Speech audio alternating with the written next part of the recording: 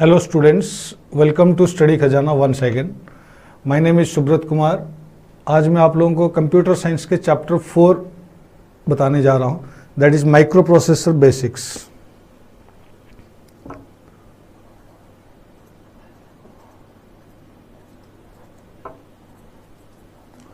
Micro processor के बारे में आप लोगों को मैं पहले भी बता चुका हूं, सेम चीज़ रिपीट है, बट इसमें माइक्रो प्रोसेसर के ऊपर ही है सारा कुछ। जो कुछ भी होगा वो पूरा माइक्रो प्रोसेसर बेस्ड है। पहले हमने सिर्फ इंट्रोडक्शन पढ़ा था इसका कि सीपीयू, सेंट्रल प्रोसेसिंग यूनिट, हमने इतना पढ़ा था। बट अब हम उसके बारे में जानेंगे जो सीपीयू है, जो सेंट्रल प्रोसेसिंग यूनिट है, माइक्रो प्रोसेसर उसको कहते हैं हम। माइक्रो प्रोसेसर इसलिए कहा जाता है कि ये जो बिल्टअप है इसके, ये एक इंटीग्रेटेड सर्किट से बनाया गया है, आईसी जिसको कहते हैं आप, इंटीग्रेटेड सर्किट।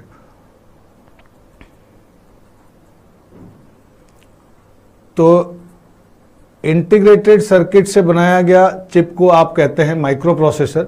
माइक्रो प्रोसेसर क्या है कि आपके ये एक मल्टीपर्पस प्रोग्रामेबल लॉजिक डिवाइस है। मल्टीपर्पस प्रोग्रामेबल लॉजिक डिवाइस का मतलब होता है कि आप इसमें मल्टीपर्पस वर्क कर सकते हैं आप, जो कि माइक्रो प्रोसेसर एक इनबिल्ट,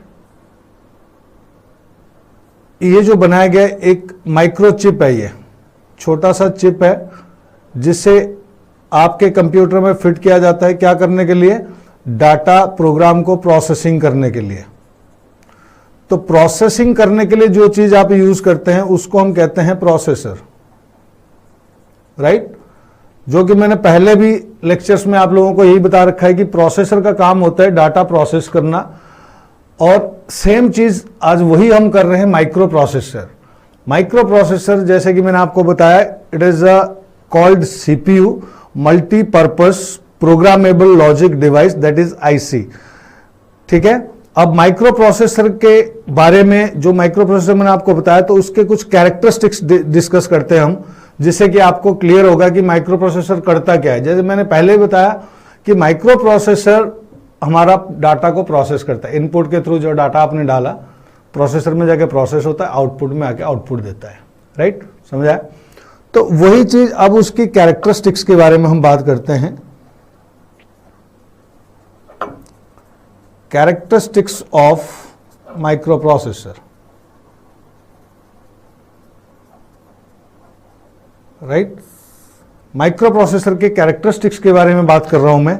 अब उसका क्या काम करेंगे हम कि इसकी क्या क्या कैरेक्टरिस्टिक्स है।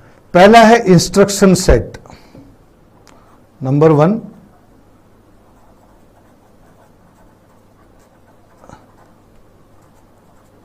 Instruction set. इंस्ट्रक्शन सेट क्या होता है कि जो कुछ भी आप डाटा फीड करते हैं कंप्यूटर में, जो भी आप देते हैं, उसका काम क्या होता है माइक्रो प्रोसेसर का? उसको एग्जीक्यूट करना। तो ये जो the possible operations a microprocessor can execute is determined through instruction set। मतलब कि जो इंस्ट्रक्शन सेट से वो माइक्रो प्रोसेसर बनाया गया है, इंस्ट्रक्शन सेट, जो कुछ भी आप उसमें पुट कर रहे हैं, डाल रहे हैं, तो वो सारा का सारा क्या है कि इंस्ट्रक्शन है। मतलब उस इंस्ट्रक्शन सेट से ही काम करता है। मतलब कि माइक्रो प्रोसेसर की प्रोग्रामिंग हो रखी है। प्रोग्राम का डेफिनेशन मैंने पहले भी बताया आपको कि program is a set of instruction, set of commands. Instruction मतलब कमांड्स। तो वो जो कमांड्स है, तो programs are written for a microprocessor based on its instruction set. तो जो भी प्रोग्राम माइक्रो प्रोसेसर के लिए लिखा गया है, माइक्रो प्रोसेसर के लिए प्रोग्राम क्यों लिखा गया? आप कहोगे उसके लिए प्रोग्राम क्यों लिखा गया? क्योंकि वो एक हार्डवेयर चिप है। हार्डवेयर चिप का काम क्या है? वो करेगा क्या? उसमें क्या परफॉर्म करेगा? प्रोसेस करेगा या आउटपुट देगा? क्या करेगा? वो जो चीजें हैं, तो आप उसको इंस्ट्रक्शन दोगे ना, आप उसकी प्रोग्रामिंग करोगे ना पहले कि वो वर्क क्या करेगा। माइक्रो प्रोसेसर कंप्यूटर में तो लगा हुआ है, वो काम क्या करेगा? तो उसका काम है कि आपके डेटा को प्रोसेस करना, मैनेज करना, ये सारी चीजें जो काम करेगा वो, तो उसके लिए जो प्रोग्रामिंग लिखी जाती है, that is called microprocessor program. तो उसी माइक्रो प्रोसेसर के प्रोग्राम कैसे बनता है कि program is a set of instruction. तो एग्जाम्पल, जैसे कि सपोज मान लो एक प्रोग्राम या एक इंस्ट्रक्शन जो है, कंप्यूटर कितने इंस्ट्रक्शन एट ए टाइम जो है वो ले सकता है, 10 इंस्ट्रक्शन, 100 इंस्ट्रक्शन, 200 इंस्ट्रक्शन। तो उस चीज को हम कहते हैं इंस्ट्रक्शन सेट। इसी instruction set based microprocessor ही होते हैं, जो भी हमारे पास माइक्रो प्रोसेसर्स है वो सारा का सारा इंस्ट्रक्शन सेट बेस्ड है। जैसे कि आगे हम पढ़ेंगे RI, RISC और CISC के बारे में, ठीक है। तो RISC और CISC क्या होता है कि ये हमारा प्रोग्राम, ठीक है ना। तो RISC और CISC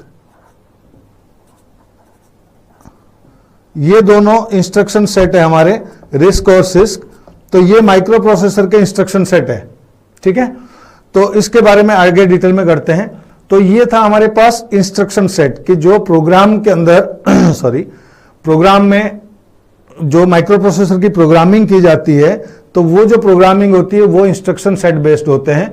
तो इसीलिए हम उसको इंस्ट्रक्शन सेट या इंस्ट्रक्शन सेट बेस्ड कहते हैं हम इसको।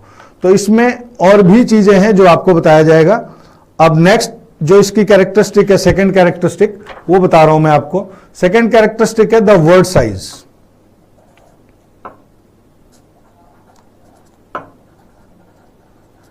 The word size.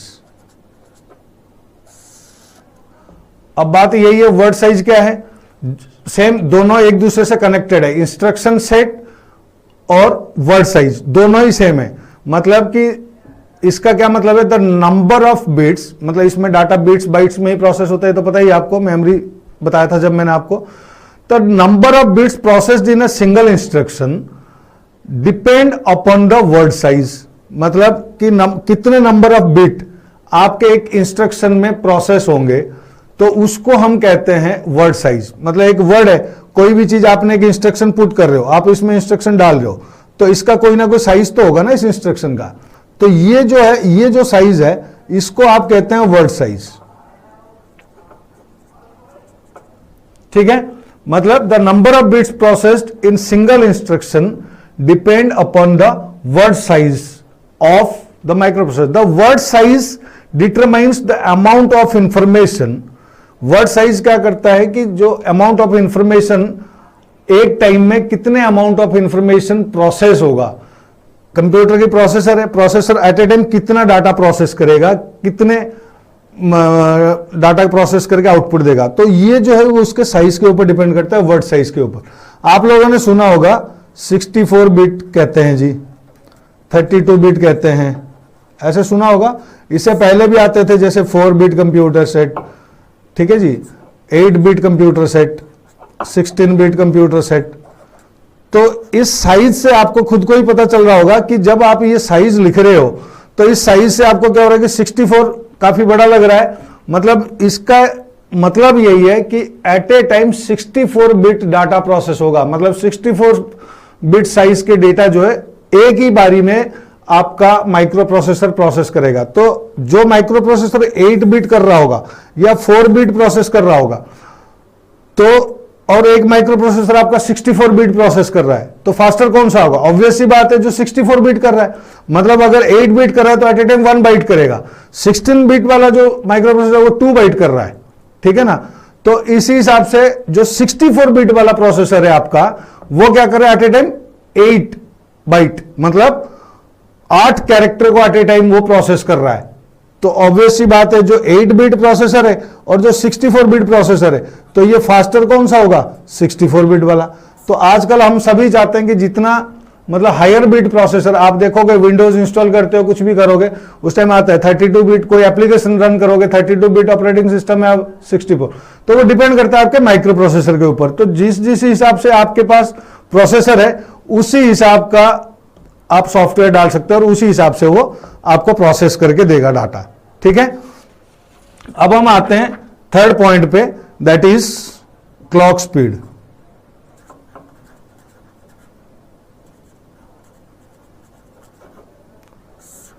अब ये क्लॉक स्पीड क्या है? माइक्रो प्रोसेसर है। माइक्रो प्रोसेसर में मैंने जैसे बताया कि इंस्ट्रक्शन सेट है। ये इंस्ट्रक्शन सेट के बाद मैंने आपको बताया कि वर्ड साइज। तो जो इंस्ट्रक्शन है, जिस हिसाब से इंस्ट्रक्शन सेट डाटा आप प्रोसेस कर रहे हो, उसी हिसाब से आपके पास वर्ड साइज, मतलब 64 बिट डाटा है, कैसा है, क्या है, वो प्रोसेस कर रहा है। अब हम बात कर रहे हैं क्लॉक स्पीड के ऊपर। क्लॉक स्पीड क्या है? क्लॉक स्पीड प्रोसेसर की स्पीड को जो प्रोसेसर की स्पीड मेजर करते हैं कि किस स्पीड में चल रहा है। जैसे सपोज करते हैं गाड़ी है, अब हम क्या करते हैं कि कितने स्पीड में आप गाड़ी चलाते हैं। एक स्कूटर है, एक बाइक है, एक कार है, तो इन सबकी स्पीड अलग अलग है, सबके डिपेंड करता है किसके ऊपर, इंजन के ऊपर डिपेंड करता है। तो सिमिलरली हमारे माइक्रो प्रोसेसर के हिसाब से उसकी क्लॉक स्पीड भी सेट किया जाता है। तो माइक्रो क्लॉक स्पीड क्या होता है कि क्लॉक रेट कहते हैं आप इसको, या speed. Clock speed is a speed which micro processor executes instructions. Micro processor का काम क्या है, एक माइक्रो प्रोसेसर है, इसका काम क्या है आपका कि ये एग्जीक्यूट करेगा इंस्ट्रक्शन को, एग्जीक्यूट्स इंस्ट्रक्शंस। ठीक है, ये माइक्रो प्रोसेसर एग्जीक्यूट कर रहा है इंस्ट्रक्शन को। ये जो एग्जीक्यूशन है वो किस स्पीड में करेगा, मतलब जैसे सपोज आप कहते हैं कि एक गाड़ी आप चला रहे हैं, आप कहते हैं जी ये जो है 60 किलोमीटर पर आवर चल रहा है, कोई गाड़ी चल रहा है 40 किलोमीटर पर आवर। ठीक है, तो ये इसमें आपको क्या है कि ये जल्दी पहुंचेगा, ये थोड़ा लेट पहुंचेगा। ये 40 किलोमीटर एक घंटे में 40 किलोमीटर जाएगा, ये एक घंटे में 60 किलोमीटर जाएगा, तो इसका स्पीड ज्यादा हुआ। तो इसी हिसाब से ये जो माइक्रो प्रोसेसर एग्जीक्यूट कर रहा है इंस्ट्रक्शन को, वो किस स्पीड में करेगा इंस्ट्रक्शन को एग्जीक्यूट, वो जो स्पीड है उस स्पीड को आप कहते हैं clock speed of the micro processor. ठीक है, तो क्लॉक स्पीड एक कैरेक्टरिस्टिक है माइक्रो प्रोसेसर का, जो कि आपके डाटा को प्रोसेस करने के स्पीड को आप कहते हैं clock speed of the micro processor. ठीक है, तो क्लॉक स्पीड को आप मेजर करते हैं, ये जो है हम इसको कहते हैं MIPS। MIPS क्या है, मिलियन इंस्ट्रक्शंस पर सेकेंड। ठीक है, मिलियन इंस्ट्रक्शन पर सेकेंड क्या है कि ये एक सेकेंड में कितने मिलियन इंस्ट्रक्शन को प्रोसेस करे, मतलब कितने मिलियन इंस्ट्रक्शन को प्रोसेस करने का स्पीड जो है वो हमारा MIPS कहते हैं। तो ये जो मेजरमेंट यूनिट है ये MHz megahertz, GHz gigahertz,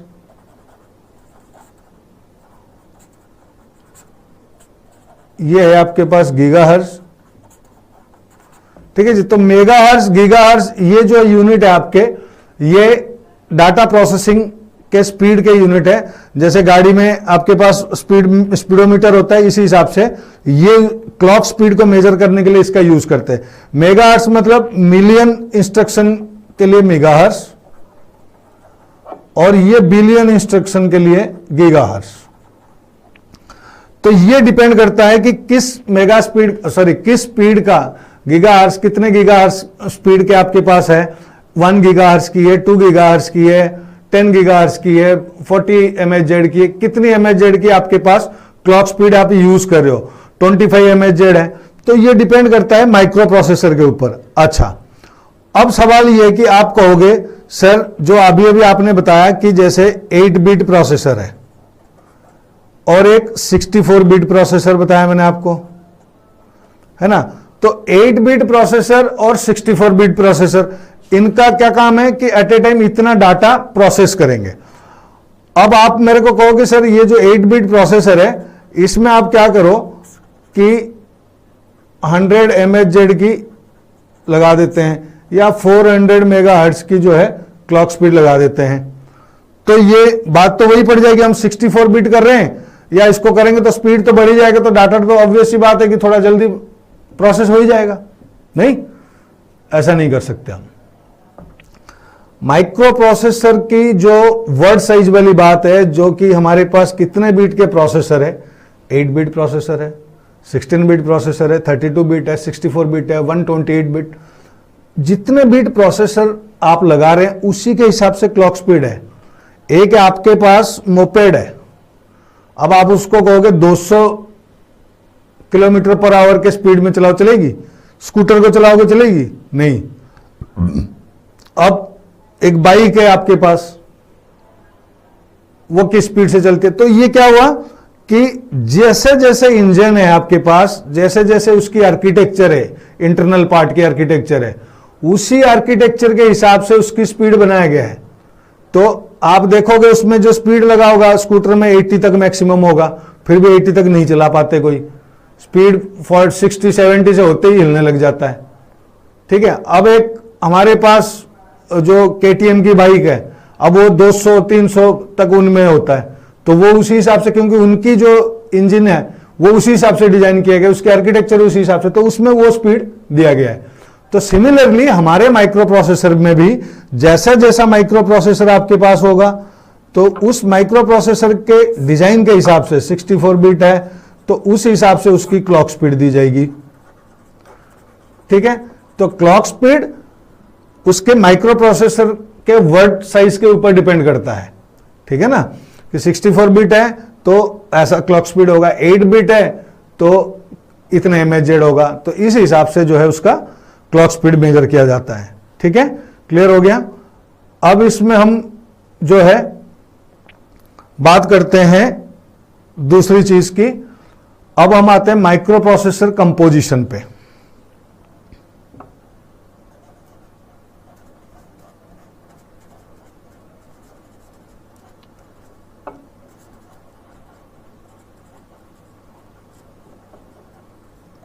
micro processor composition क्या है कि माइक्रो प्रोसेसर कंपोजिशन हमारे पास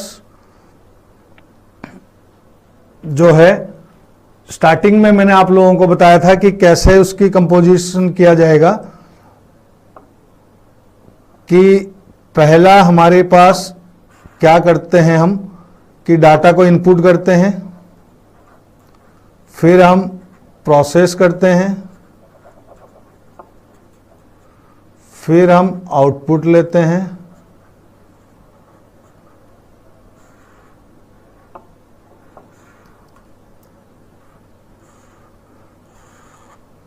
ठीक है। तो इनपुट प्रोसेस आउटपुट ये हमारा चलता है।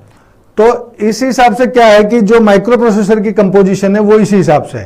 पहले डाटा इनपुट करेगा, उसके बाद क्या होगा कि उसको डिकोड करेगा। जो भी डाटा आपने इनपुट कराया, आप जनरल इंग्लिश में करोगे इसको, तो इंग्लिश को डिकोड होगा। ये मैंने पहले ही बताया कि जब तक डिकोड नहीं होगा तब तक काम नहीं चलेगा। तो डिकोड किस में होगा? 0-1 फॉर्म में होगा, दैट इज कॉल्ड बाइनरी।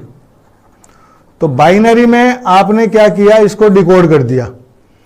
तो ये डिकोड करने के बाद अब आपका क्या होगा कि जो भी आपने डाला है वो सारी की सारी चीज अब एग्जीक्यूट होएगा। ठीक है, एग्जीक्यूट होने के बाद आपके पास फाइनल रिजल्ट आएगा, दैट इज कॉल्ड आउटपुट। ठीक है, तो ये काम कौन करता है? आपके माइक्रो प्रोसेसर करेगा। माइक्रो प्रोसेसर की जो कंपोजिशन मैंने आपको बताया ये माइक्रो प्रोसेसर करेगा। माइक्रो प्रोसेसर की ये प्रोसेस है। ठीक है, ये पहले भी हमने पढ़ा हुआ है। अब इसके ऊपर थोड़ा डिटेल में जाते हैं कि जैसे कि मैंने आपको पहले भी बता रखा है कि इसके अंदर माइक्रो प्रोसेसर यूनिट में क्या क्या है आपके पास। Same ALU, CU, arithmetic logic unit और कंट्रोल यूनिट, ये पहले भी डिस्कस कर चुके हैं हम, तो इसको मैं दोबारा नहीं बता रहा, थोड़ा सा ही ब्रीफ बता देता हूं आपको कि अरिथमेटिकल लॉजिकल यूनिट जो है ये अरिथमेटिक डाटा प्रोसेस करता है, that is plus minus division multiplication, ये काम करता है ये। कंट्रोल यूनिट पूरे के पूरे डाटा को कंट्रोल करता है आपका और उस हिसाब से आउटपुट देता है। और जो भी काम है उसको ये सुपरवाइजर है एक तरीके से। कंट्रोल यूनिट को आप क्या कह सकते हैं? सुपरवाइजर कह सकते हैं कंप्यूटर का। अच्छा, सुपरवाइजर जैसे कि मैंने आपको नर्व सेंटर भी लास्ट क्लास में बताया था, nerve centre of the computer system या supervisor of the computer system, ये होल प्रोसेस को, प्रोसेसिंग को, जो प्रोसेसर हमारा माइक्रो प्रोसेसर है जो डाटा प्रोसेस कर रहा है उसको कंट्रोल करने का काम करता है। उसके बाद फिर हमने, एक तो ये था माइक्रो प्रोसेसर में, और एक क्या था? मेमोरी। ठीक है जी, मेमोरी भी बता रखा है, आगे थोड़ा सा और भी करेंगे मेमोरी के बारे में। जैसे जैसे मेमोरी में मैंने आप लोगों को बताया था, एक तो था रोम, रीड ओनली मेमोरी, और एक था रैम, रैंडम एक्सेस मेमोरी। ठीक है जी, तो ये आपके पास दोनों मेमोरी हम डिस्कस कर चुके हैं। ठीक है, आगे इसके बारे में थोड़ा सा और डिटेल आएगा, वो डिटेल में आपको बताऊंगा, या मैं अभी बता देता हूं क्योंकि इसी में चल रहा है तो इसी में कर लेते हैं हम। जैसे कि रोम रीड ओनली मेमोरी है और रैम आपके पास क्या है, रैंडम एक्सेस मेमोरी है। तो रीड ओनली मेमोरी और रैंडम एक्सेस मेमोरी में डिफरेंस क्या है, ये आपको तो पहले बता रखा है मैंने। तो हम बात करते हैं इसी रैम के ऊपर। जो रैंडम एक्सेस मेमोरी है ये आपका क्या करता है, इसको आपने एक तो रैंडम मेमोरी है, रैंडमली आप इसमें डाटा जो है प्रोसेस कर सकते हैं, डाटा स्टोर होता है इसमें रैंडमली। दूसरा इसका प्रॉपर्टी है रीड और राइट भी है, ये आप इसमें रीडिंग और राइटिंग का काम करते हैं। तीसरा इसके पास एक ड्रॉबैक है, वो ड्रॉबैक है आपका कि ये वोलाटाइल मेमोरी है। वोलाटाइल का मतलब होता है कि ये जो है टेम्पररी मेमोरी है, ठीक है जी। तो ये रैंडम एक्सेस मेमोरी है जो कि आपके कंप्यूटर के अंदर है, जिसमें आप जैसे ही पहले डाटा आप इनपुट करते हैं कंप्यूटर में, वो सारा का सारा रैम पे जाता है, रैंडम एक्सेस मेमोरी पे जाता है। तो रैंडम एक्सेस मेमोरी जो है आपका डाटा को प्रोसेस करता है। तो रैम जो है हमारे पास दो टाइप के हैं, एक है हमारे पास डी रैम और एक है हमारे पास एस रैम। डी रैम का मतलब होता है डायनामिक रैम और एस रैम का मतलब होता है स्टैटिक रैम, ठीक है। डायनामिक और स्टैटिक में क्या डिफरेंस है कि जैसे ही डायनामिक आपने बोला तो डायनामिक का मतलब होता है चेंजेबल, जो चेंज हो जाता है। स्टैटिक मतलब स्टेबल। तो अब आप ये कहोगे कि सर अगर हम डी रैम यूज करते हैं तो ये चेंज हो जाएगा और जो एस रैम करते हैं वो स्टैटिक मतलब स्टेबल रहेगा, मतलब कि उसमें जो डाटा रहेगा वो स्टोर रहेगा। अभी अभी तो हमने पढ़ा कि जो रैम है वो टेम्पररी मेमोरी है, जैसी लाइट चली जाती है या किसी कारण हमारा कंप्यूटर सिस्टम बंद हो जाता है तो रैम में जो कुछ भी डाटा होता है वो सारा का सारा वैनिश हो जाता है, रिमूव हो जाता है, ठीक है। तो इस चीज में अब ये दोनों में डिफरेंस क्या है, दोनों में डिफरेंस सेम है, दोनों टेम्पररी ही है, बट थोड़ा सा डिफरेंस है कि जो डी रैम है डायनेमिक रैम है, ये क्या है कि बेसिकली डायनेमिक रैम ट्रांजिस्टर और कैपेसिटर से बना हुआ होता है। तो ट्रांजिस्टर और कैपेसिटर ये क्या होता है कि अपने मेमोरी को कुछ टाइम बाद रिफ्रेश करने लग जाते हैं, रिमूव करने लग जाते हैं। बट स्टैटिक रैम क्या करता है कि अपना स्टेबिलिटी तब तक रखता है जब तक कंप्यूटर सिस्टम की लाइट ऑन है, कंप्यूटर सिस्टम में पावर है, जब तक पावर चल रहा है स्टैटिक रैम में तब तक डाटा आपका सेव रहता है। डायनेमिक रैम में क्या होता है कि ये ट्रांजिस्टर और कैपेसिटर बना हुआ है, इसी कारण ये कई बार जो है अपना इलेक्ट्रिक चार्ज के कारण जो है अपने वोलाटाइलिटी दिखा देता है, मतलब टेम्परेरिटी दिखा देता है, रिफ्रेश कर लेता है मेमोरी को। तो इसीलिए जो है ये डायनेमिक और स्टैटिक रैम है। अब हम बात करते हैं रोम के बारे में, जिसमें मैंने आपको रोम रीड ओनली मेमोरी कहते हैं हम इसको, ये तो आपने पहले भी पढ़ा हुआ है, रीड ओनली मेमोरी। इस रीड ओनली मेमोरी में हमारे पास क्या होता है कि जो हमारे कंप्यूटर सिस्टम को स्टार्ट करने के लिए, ऑपरेटिंग सिस्टम जब कंप्यूटर स्टार्ट होता है, बूटिंग प्रोसेस होता है, मैंने आपको पहले ही बताया, तो उसके लिए जो हमें चाहिए होता है इंफॉर्मेशन और प्रोग्राम कुछ ऐसा होता है जो रोम में, जब रोम चिप बनाया जाता है, मतलब ये इसमें प्रोग्रामिंग कब करी जाती है, जब इस चिप को डेवलप किया जाता है, बनाया जाता है, उसी टाइम क्या करते हैं कि इसके अंदर प्रोग्रामिंग करी जाती है, इसके अंदर इंस्ट्रक्शन डाला जाता है।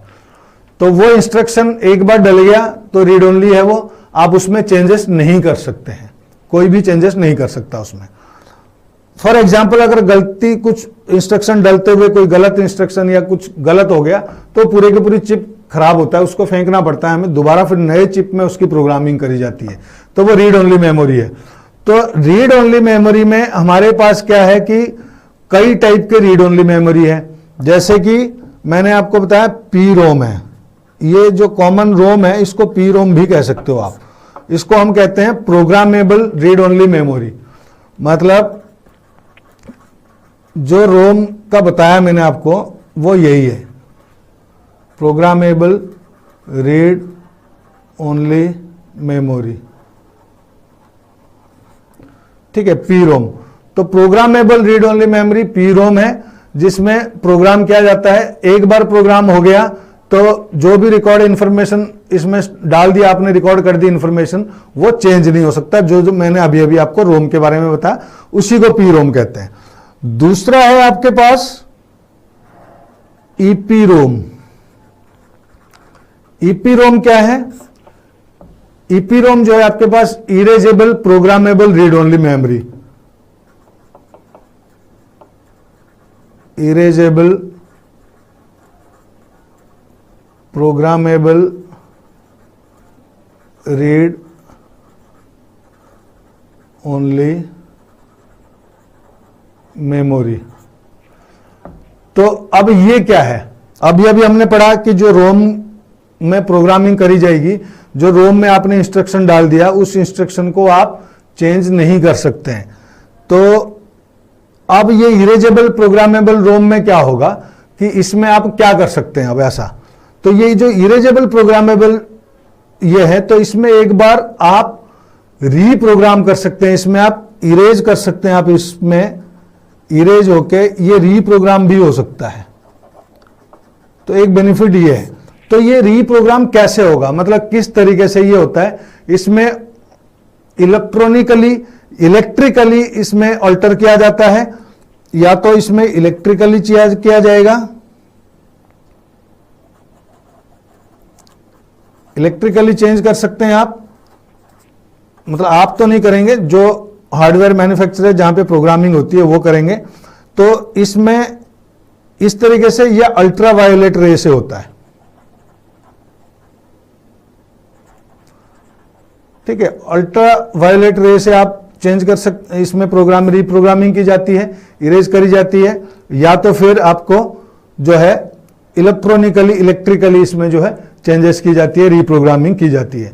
तो ये जो है बेसिकली आपके पास दो टाइप के रैम बताया मैंने आपको, एक तो पी रोम जो सिंपल रोम को ही कहते हैं आप, और एक ईपी रोम, और एक है आपके पास डबल ई पी रोम।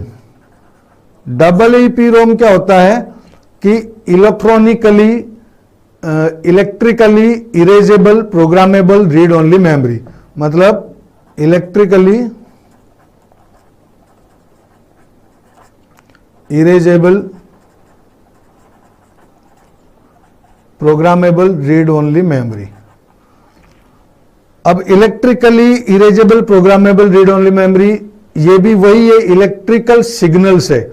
जैसे पहले था इलेक्ट्रिकल अल्टरेबल था वो, और ये अब इलेक्ट्रिक या अल्ट्रा वायलेट रेस अल्टर किया जाता था ईपी रोम में। अब डबल ईपी रोम में क्या होगा कि इसके अंदर जो प्रोग्राम है, तो ROM can be programmed and erased by electrical signal. इसके अंदर जो प्रोग्रामिंग की जाएगी, तो ये जो प्रोग्राम है ये इलेक्ट्रिकल सिग्नल से इसमें प्रोग्राम भी किया जाएगा और इरेज भी किया जा सकता है। तो आप जो है इसमें ये जो हमारे पास डबल ईपी रोम है, ये इस तरीके से काम करता है। इलेक्ट्रिकली और इलेक्ट्रिकली प्रोग्रामिंग करी जाएगी और इलेक्ट्रिकली इसमें जो है चेंज किया जाता है। तो ये जो है रोम के टाइप्स थे हमारे पास, जो मैंने आपको अभी बताया, ठीक है। तो ये हमारे पास था मेमोरी के बारे में।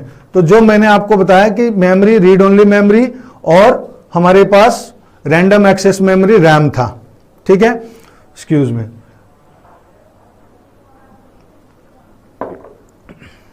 तो हम बात कर रहे थे माइक्रो प्रोसेसर के बारे में, माइक्रो प्रोसेसर के कंपोजिशन के बारे में बात कर रहे थे। तो उसी माइक्रो प्रोसेसर कंपोजिशन में ये पार्ट है हमारे पास। अब एक है हमारे पास बसेस। बसेस क्या होता है?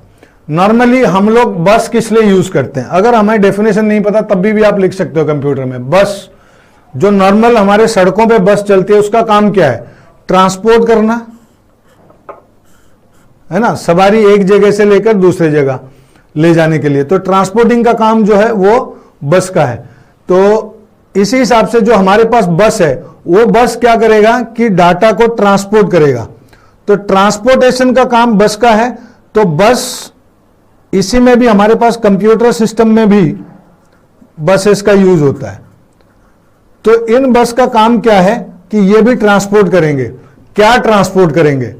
ये भी हमारे पास कई टाइप के बस हैं जो आप जैसे कंप्यूटर इनपुट डिवाइस के थ्रू डाटा इनपुट कर रहे हो। इनपुट करते हो तो क्या होगा कि जो भी कीबोर्ड में आपने किया, हम पढ़ते हैं मेमोरी में जाता है, फिर मेमोरी से प्रोसेस होता है, प्रोसेस होके फिर मेमोरी में जाता है, फिर आउटपुट में जाता है। तो ये सारा का सारा काम कोई ना कोई तो ट्रैवल करेगा ना। तो वो डाटा जो जाके मेमोरी में स्टोर होगा, स्टोर कैसे होगा, कहां होगा, तो वो जो काम है वो करेगा एड्रेस बस। कई टाइप के बस है। एड्रेस बस का काम है कि एड्रेस में, मतलब मेमोरी एड्रेस के लिए ये रेस्पॉन्सिबल है for carrying addresses of a memory location. Memory location के एड्रेस को जो कैरी करता है, मेमोरी लोकेशन के, memory location carrying memory location address, memory location के एड्रेस को कैरी करता है जो, आप उसको कहते हैं एड्रेस बस। सिमिलरली फिर हमारे पास दूसरा एक बस और है, दैट इज कॉल्ड डाटा बस। जो कुछ भी आप कंप्यूटर में डालते हो उन सबको आप डाटा कहते हो, रॉ फिगर्स एंड फैक्ट्स को हम कहते हैं डाटा। तो डाटा बस का काम होता है कि डाटा को कैरी करना, ठीक है। तो जो डाटा आपने इनपुट कराया, जो डाटा आप मेमोरी लोकेशन के लिए पहुंचा रहे हो, तो ये क्या करता है, carries actual data to and from memory location. मतलब जैसे कि मैंने अभी ट्रांसपोर्टेशन का बात बताया कि जो मेमोरी लोकेशन में डाटा है, मेमोरी लोकेशन में पहुंचाएगा, फिर मेमोरी लोकेशन से लाएगा। तो ये दोनों काम जो है करेगा आपका डाटा बस। मतलब डाटा को ले जाना, फिर डाटा को प्रोसेस करने के बाद फिर मेमोरी लोकेशन में, मेमोरी एड्रेस में लेके आना। तो ये सारा का सारा काम आपका जो है वो करता है डाटा बस। तो इनपुट आउटपुट दोनों के लिए भी यूज होते हैं। ये इनपुट में डाटा जाता है, आउटपुट में भी डाटा आउटपुट में आता है। तो इनमें भी आपका डाटा बस का ही काम होता है, ठीक है। तो अब आया थर्ड पॉइंट पे हमारे पास।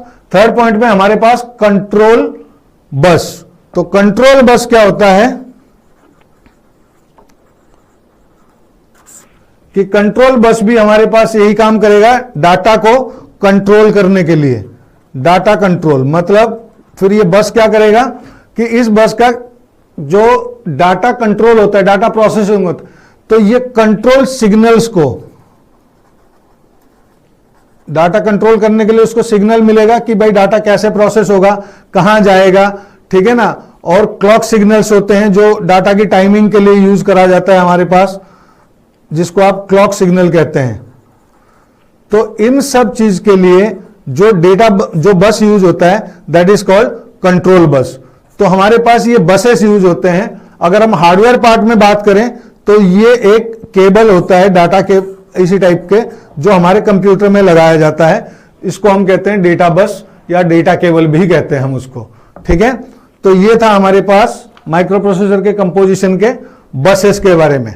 अब हम आते हैं इनपुट आउटपुट। ये पहले भी किया हुआ है, फिर भी दोबारा हम कर लेते हैं। Input output unit.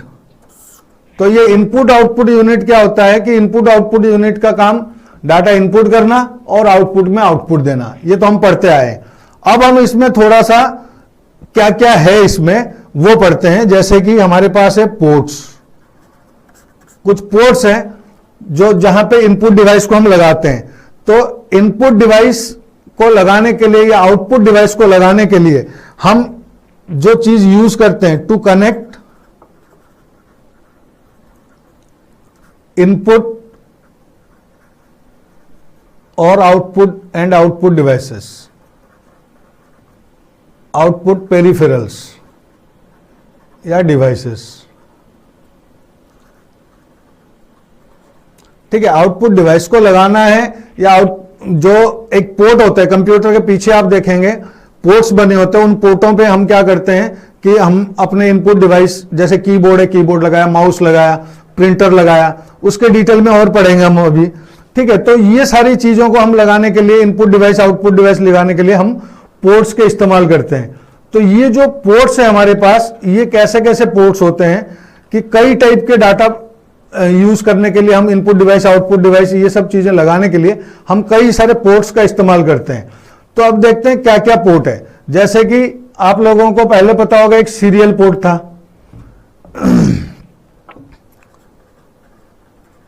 Serial port. तो सीरियल पोर्ट क्या है? कि जिसमें आप लगाया जाता है हमारे पास कीबोर्ड, माउस, ये सब चीजें लगाते हैं हम सीरियल पोर्ट में। ऐसे बना होता है, इसमें आप देख सकते हो इसको सीरियल पोर्ट, या आप PS2 पोर्ट भी कहते हैं हम इसको। जो कीबोर्ड आता है जिसमें पिन होता है, और जो पोर्ट होता है वो फीमेल पोर्ट लगा होता है आपके कंप्यूटर के पीछे, और जो कीबोर्ड होता है वो मेल पोर्ट होता है, उसमें हम लगा के यूज करते हैं। तो ये हमारे पास सीरियल पोर्ट है एक, और एक है हमारे पास parallel port.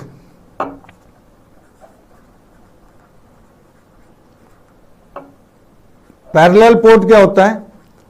Parallel serial port में क्या होता है कि एट ए टाइम सिर्फ इसमें डाटा जो है ना सेंड होगा, इसमें और कुछ नहीं होगा, मतलब सीरियली काम करेगा ये। पैरेलल पोर्ट में क्या होगा कि सिग्नल सेंड और रिसीव दोनों होगा, मतलब इसमें सेंड और रिसीव। ये जो पोर्ट है ये भी कंप्यूटर के पीछे लगे होते हैं। अब आजकल तो कम हो गए हैं, आगे चल के पढ़ते हैं आजकल क्या चल रहा है। तो पैरेलल पोर्ट क्या होगा, इसको हम ज्यादातर यूज करते हैं प्रिंटर लगाने के लिए, मतलब कंप्यूटर में से इंफॉर्मेशन लेगा, फिर आउटपुट देगा, फिर चेंजेबल करता रहता है, तो इसीलिए हम इसको पैरेलल पोर्ट कहते हैं। तो पैरेलल पोर्ट का यूज करते हैं हम। अब हमारे पास थर्ड जो है पोर्ट, जिसको आजकल कॉमनली आप यूज करते हैं, USB, यूनिवर्सल सीरियल बस। तो यूनिवर्सल सीरियल बस, तो ये इसको हम कहते हैं USB। तो USB पोर्ट क्या है, ये यूनिवर्सल बस है, ये भी सीरियली डाटा वो करता है। बट यूनिवर्सल करने का मतलब क्या है कि इसमें कोई भी चीज लगा सकते हैं आप, जैसे अपना पेन ड्राइव लगा लेते हैं, आजकल माउस भी आता है USB पोर्ट वाला, कीबोर्ड भी आता है, आपका वेबकैम भी लगा लेते हैं आप, और कोई भी एक्सटर्नल डिवाइस आप लगा लेते हैं। तो ये जो है USB पोर्ट है, जिसमें आप कोई भी चीज लगा लेते हैं, डिजिटल कैमरा लग जाता है, जॉयस्टिक लग जाता है, पेन ड्राइव लग जाता है, ठीक है ना। तो ये सारी चीजें आप इसमें USB में लगा लेते हैं। फिर आपके पास है फोर्थ पोर्ट है AGP। AGP का फुल फॉर्म क्या है? Accelerated graphics port. एक्सीलरेटेड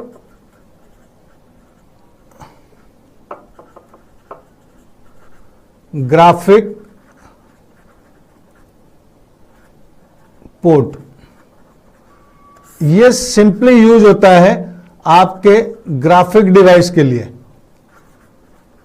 ठीक है। जो गेम गुम खेलने के लिए आपको ज्यादा ग्राफिक की जरूरत पड़ता है, ग्राफिक कार्ड लगाते हैं हम उसमें, तो उसके लिए आपको हाई डेफिनेशन ग्राफिक्स चाहिए होते हैं।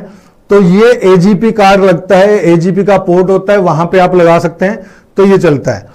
और फिफ्थ में आपके पास IR। IR क्या होता है? इंफ्रारेड। ये इंफ्रारेड पोर्ट होता है। इंफ्रारेड, इससे क्या होगा कि आप एक्सटर्नल डिवाइस को अपने कंप्यूटर से कनेक्ट कर सकते हैं।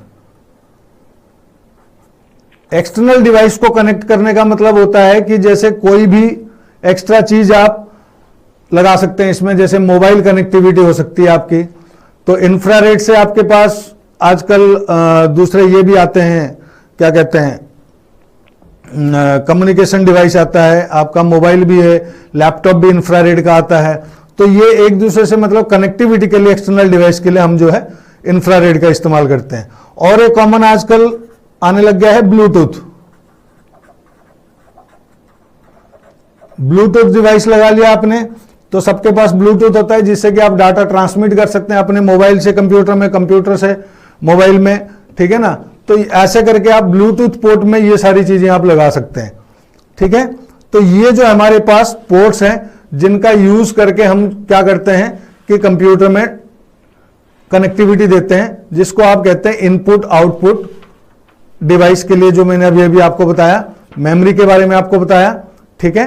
तो ये चीजें मैंने आप सभी को अभी बताया। फिलहाल चैप्टर 4 का माइक्रो प्रोसेसर के बेसिक बताया। जो माइक्रो प्रोसेसर है हमारे पास, तो माइक्रो प्रोसेसर के कंपोजिशन तक मैंने अभी आपको कराया, जिसमें आपके पास मेमोरी के बारे में, बसेस के बारे में, इनपुट आउटपुट डिवाइस और उनके पोर्ट्स कि क्या क्या इनपुट आउटपुट डिवाइस लगाने के लिए हम क्या क्या पोर्ट्स इस्तेमाल करते हैं। हमारे कंप्यूटर के पीछे होती हैं ये सारे पोर्ट्स, आप देख सकते हैं कंप्यूटर को घुमा के।